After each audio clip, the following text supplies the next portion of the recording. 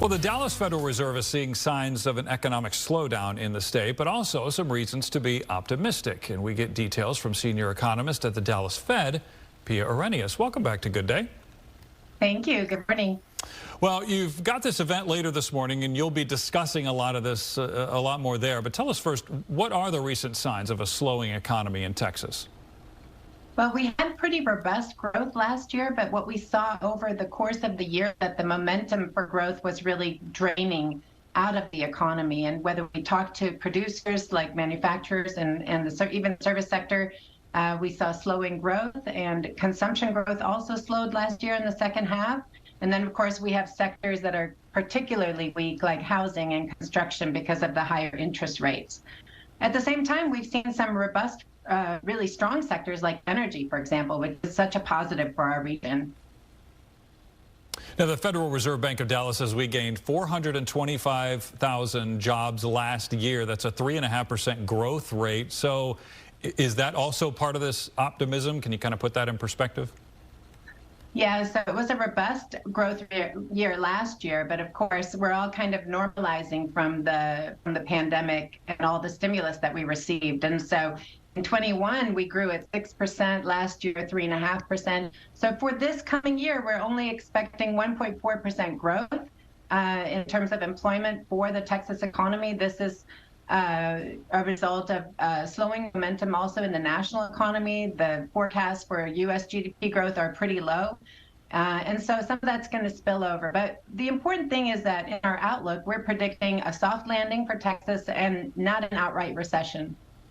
Okay, so you mentioned recession. What does all that mean in terms, would you sort of hold it up to what we're seeing as a threat of recession, fears of a recession, that risk that we're taking? There is a lot of pessimism in the outlook. When we talk to businesses, they're worried about, especially a national recession.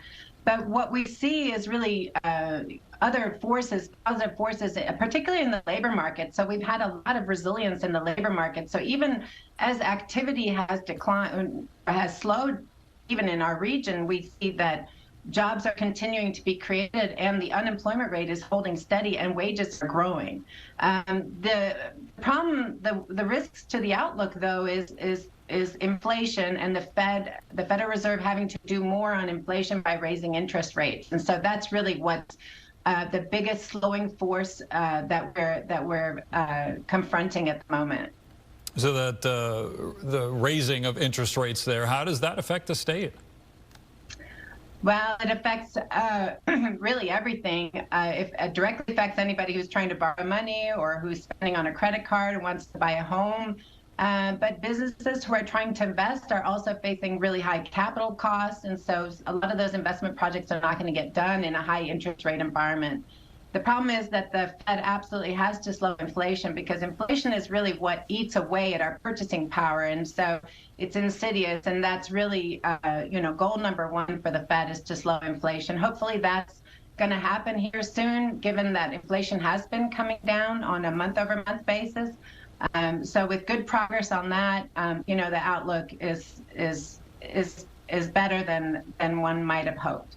Well, that's good. And there is so much more to discuss on this. The Federal Reserve Bank of Dallas puts out its Texas Economic Outlook today at 11 a.m. You can register in person or you can watch that virtually, and you can find a link to that on our website, fox4news.com. Pia Orrenius, thanks for your time this morning. We appreciate it. Thank you.